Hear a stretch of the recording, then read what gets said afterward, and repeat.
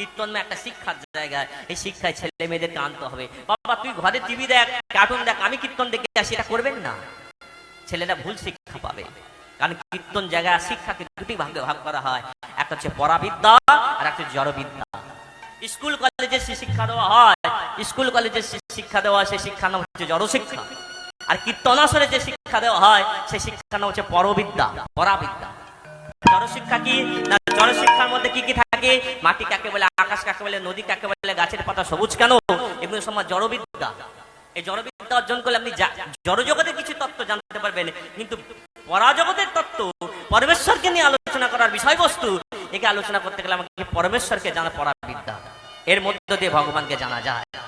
লক্ষ্য করে শুনবেন, আজকের কলিকালে, আজকের সনাতন ধর্মে যা উদ্ভব নিয়ম হচ্ছে, তাতে মা সনাতন ধর্মে দুদিন পরে থাকবে কি সন্দেহ আছে? লক্ষ্য করে দেখবেন, কীর্তন আসলে এমন সবাই নাই দোষ হয়ে যাবে। কিছু কিছু কীর্তন নিয়ে সবাই বললে দোষ হবে। কিছু কিছু কীর্তনে এমন ভাবে নৃত্য করছে, প্রথম কথা নৃত্য দেখে আপনার মনে অন্য ভাবনা জেগে যাচ্ছে।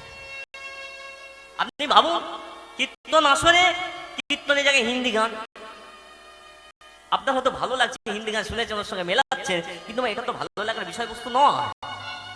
যার মুখে ভাই হরি কথা নাই, তার কাছে তুমি যেও না। যার মুখে হেরি হরি যাবি বলি, তার প্রাণে তুমি চেও না, তার পাশে তুমি চেও না।